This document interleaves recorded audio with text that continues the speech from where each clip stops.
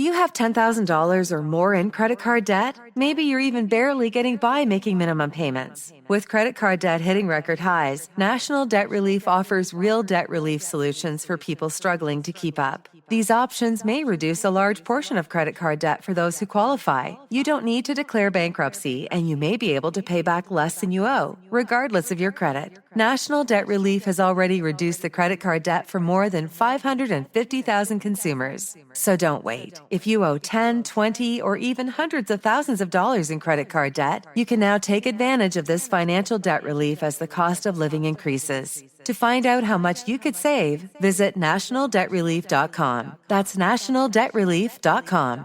Hello, your friendly neighborhood host here again, JT Wheatley, back for another episode of the History of Comics podcast, this time on the life of Joe Sinott, one of the great inkers of the comic book medium. Of the many unheralded jobs in comic books, inkers are one of them, especially since that infamous scene in Kevin Smith's 1997 film classic Chasing Amy, in which they are accused of being tracers, specifically Banky, played by a stalwart Kevin Smith actor Jason Lee. In truth, inkers provide an essential job in comic books, as they help enhance and interpret the original art the pencilers laid down, fixing mistakes and setting the mood. A good inker can save sloppy art, while a bad inker can ruin good draftsmanship. Many are also pencilers in their own right, using their talent to help out the artist. Simply put, a good inker is needed in comics, and one of the greatest was Joe Sinott, who worked on nearly every Marvel book from the 1960s to 1980s, enhancing the pencils of legendary artists like Jack Kirby, John Buscema, and George Perez. As much as Kirby and Steve Ditko, it was Sinott who helped develop the classic Marvel look that made their comics so popular, and he is a prime example of the importance of inkers.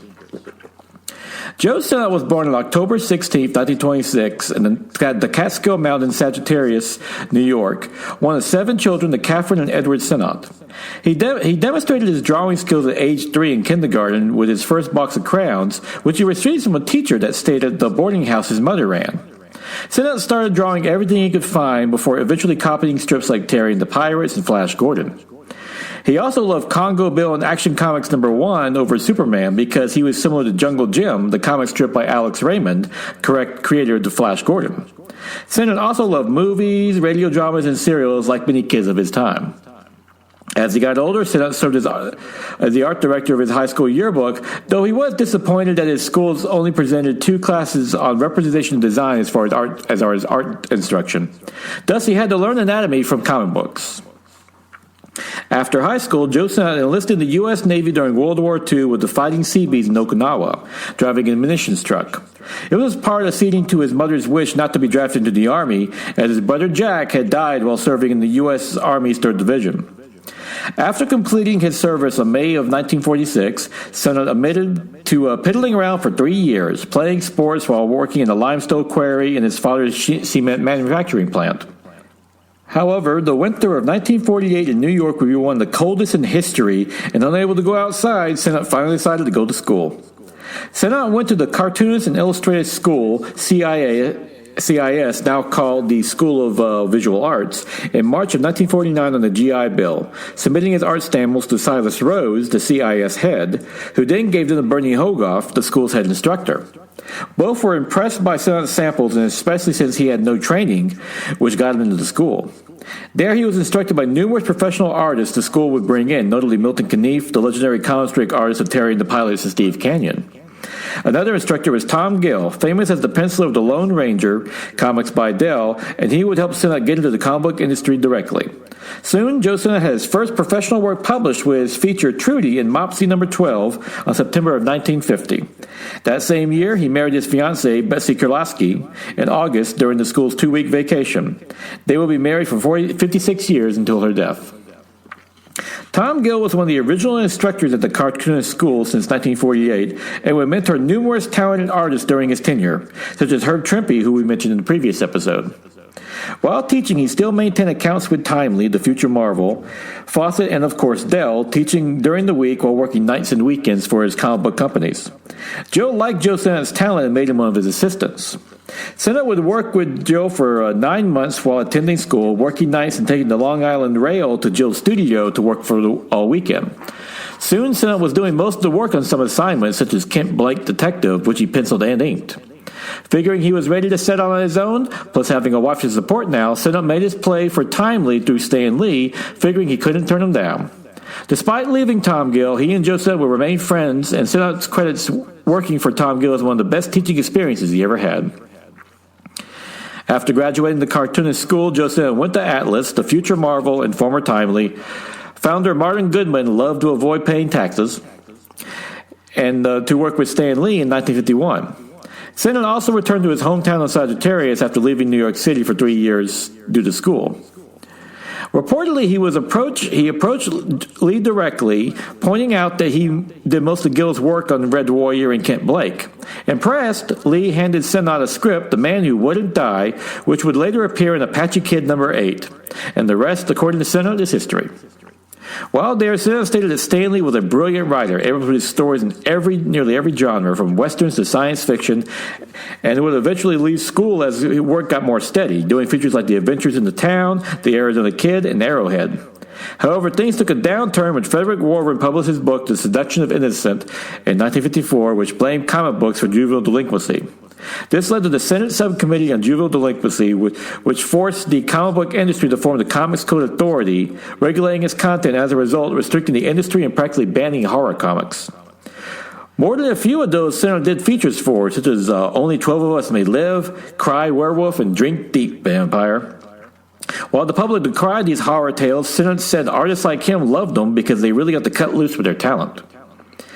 During his early run at Atlas, Sinott produced 1,300 pages for the comics like Adventures in the Fear, The Arizona Kid, and Battlefront, but with the new CCA, Sinott soon found himself looking for work and nearly didn't get it at DC, as he was a Marvel guy, according to one editor. Thankfully, another editor grabbed Sinott before he left, saying he liked his art and gave him a work. With comics on the downturn, what work Sinott could get was less than before, with Stan Lee being forced to cut page rates at Atlas in 1957 to 58 due to losses in sales. Some artists went into advertising, teaching, or just left the business altogether. As for Joe Sinott, he suffered as well, having to leave Atlas for a 6-month period, while his page rate was cut from the average of $46 to $21. He was working commercial advertising while finding works at Classic Illustrated in Charlton, and even worked with Vinnie Coletta, his first inker.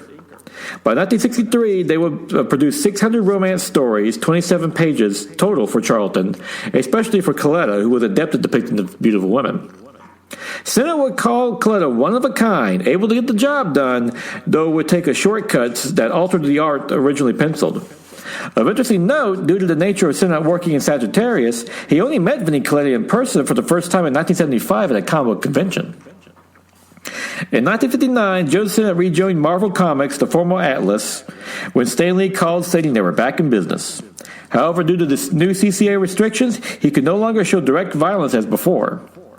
He was also doing Treasure Chest and Fun Facts, which did features on historical figures from Babe Ruth to JFK. Sinott also worked on the monster books, which were trendy in 1961, inking It Was Trapped by Titans, the monster that time forgot, for Tales to Astonish number 10. This would be one of the first times Sinott worked with Jack Kirby, who previously inked most of his own pencils. Sinott also inked Jack Kirby's pencils on Doom Under the Deep in Battle number 69 in April of 1950, and then Sinott worked on the Fantastic Four number 5, which featured the first appearance of Dr. Doom. Of note, Sinott didn't even know what the Fantastic Four was due to living in the Catskills and thus was out of the comic scene.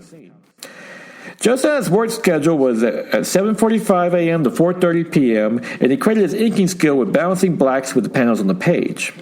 On Friday, Sinott would show up at the Marvel offices with his completed assignment, and Stan Lee would give him a new script, which he then took back home and worked on from Monday to Thursday before returning again. All this was done by mail, while Sinott never went to New York City except on special occasions and, of course, to visit the offices. Thus, he wasn't aware of everything that was going on and how Marvel was suddenly reviving the comic book industry. Stan Lee and Jack Kirby loved Sinott's ink so much they offered him the following issue of Fantastic Four number 6, but he was committed to doing Treasure Chest, the story of the Pope's project, thus he had to turn it down. Sinott did ink Jack Kirby's pencils on Journey into Mystery number 83, August of 1962, which was the first appearance of Thor, along with doing the cover. And after his treasure chest assignment was complete, he penciled and inked 5 more Thor stories in issues number 91 to 92, 94 to 96, from April to September of 1963. Thor would be one of the big characters Sinott loved inking, along with Captain America, the Hulk, and the Silver Surfer.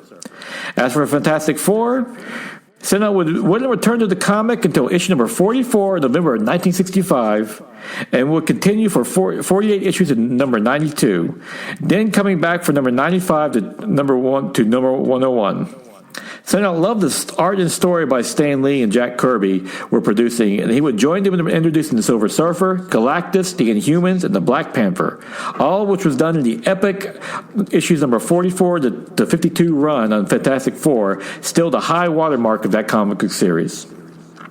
Once again, due to the nature of his work being an inker, Sinott never met Jack Kirby face-to-face in 1972. As Sinott, of course, rarely visited the Marvel offices, mostly just worked out of his studio in Sagittarius.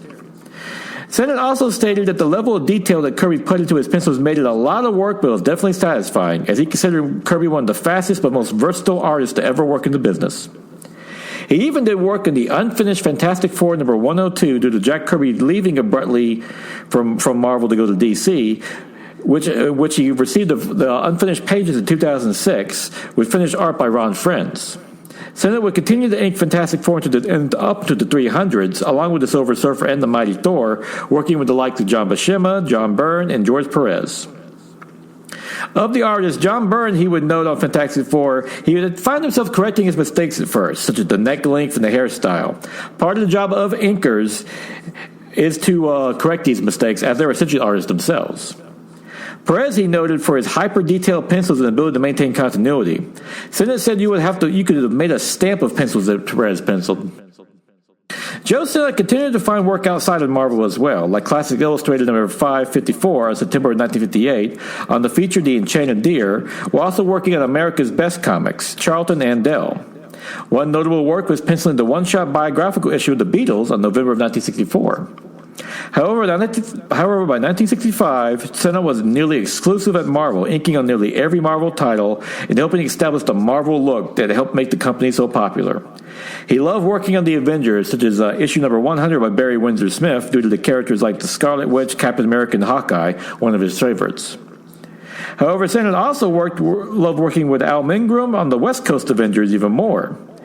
He also working on Jim Starnenko's pencils on Nick Fury in Strange Tales number 166 and 68 and Nick Fury number 1, along with Captain America number 110 to 111.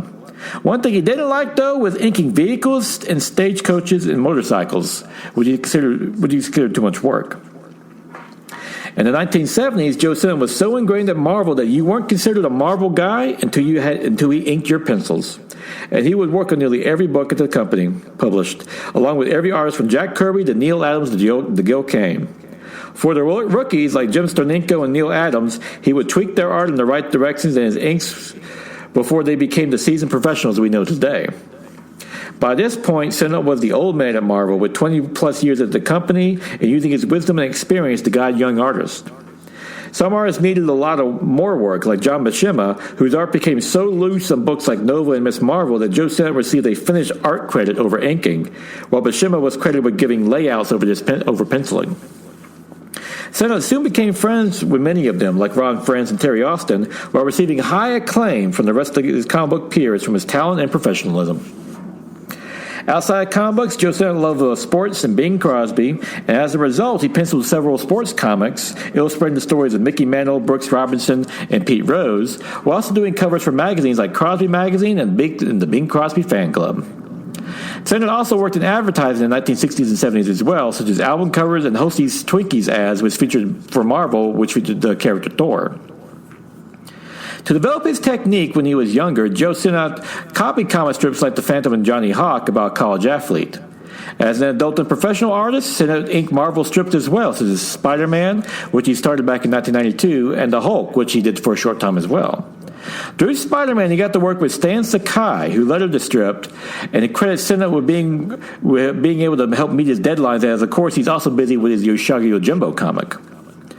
Sinott would retire from comic books to concentrate on inking the Amazing Spider-Man Sunday strip in 1992 and continued on in the series till it ended on March 22nd of 2019. With the strip's end, Joe Sinott officially retired from the comics industry at the age of 92. He did sporadically work during that time on Marvel Comics as well, such as inking the Captain America #1, Volume 6 variant cover by John Romita Sr., which is cover dated on September of 2011. Today, Joe Sinott is considered one of the three greatest inkers in comic books, next to Frank Giacoia and Dick Giordano. He has received near universal praise from nearly every artist he's ever worked with, from Herb Trimpe to Murray Severn, and numerous awards for his contributions to the comic book medium. Notably, the Inkpot Award in 1995, the Inkwell Hall of Fame in 2008, of which he is named after in honor of that year, and the Will Eisner Hall of Fame in 2013. On July 27, 2007, the post office issued 2 commemorative stamps of The Thing and the Silver Surfer, which is penciled by Jack Kirby and inked by Joe Sinott. Today, Joe Sinott is still alive and living in retirement with a legacy as one of the greatest inkers to ever work in comics. He's a true example of the need of their job in the comic book art, and know that inkers are not just tracers. I would like to thank the chief source for this episode, Brushstrokes with Greatness, The Life and Art of Joe Sinott by Tim Lasute, a great overview of his life with interviews from Sinott and many of his comic book colleagues, along with beautiful reprints of his art. A must-read for any comic book fan.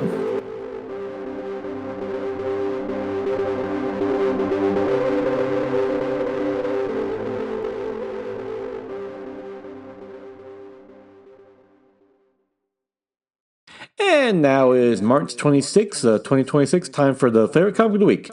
Superman Spider-Man, #1 from DC and Marvel Comics, featuring various DC writers and artists. That is, of course, this is the company crossover DC Marvel event where they're crossing over their 2 flagship characters, the Superman and Spider-Man. And in this is the one that's produced by DC, and it features various artists by like Mark Waid, Jorge Jimenez, Tom King, Jim Lee, and so forth. It's just a great mix of stories about the 2 characters interacting. And what's best about this is that, unlike they're doing like a multiple dimensions thing, they're just acting like they're in the same universe. And the main story by Mark Waid and Jorge Jimenez is just Peter Parker and Clark Kent working together on a reporting job. He's the photographer, Clark Kent working as a reporter, and they end up having to fight up against Brainiac and Dr. Octopus. There's a lot of great stories that are mixed in there too. There's a Tom King, Jim Lee story that sees Lois Lane and Mary Jane team up to help their superhero loves, which is a great read. And just a great combination. There's Spider-Man 2099, Batman Beyond, and Superboy in the Future mix it at one point. And a really crazy one by Gail Simone and Bella Ortega, in which a Power Girl goes on a blind date and ends up with a Punisher. And the best part is her blind date is Paul Raven, who is depicted as the complete loser that he is and always will be, because he's the worst character in comic books created in a very long time. And he should be, if he's going to be in a comic book, he should be treated like the loser that he is, thank goodness. But this is just, for getting in, just a fun, great book. Great storytelling, great arting in general. And similar to like the Batman Deadpool crossover event they did a while back, DC once again nails it. And it's kind of showing that, if you're curious, DC's been killing it in the comic book sales and the trade sales. They're just writing better. They got the opposite universe. And now, as a perfect cherry on top, they're writing better Spider-Man stories than Marvel is right now. That's just embarrassing.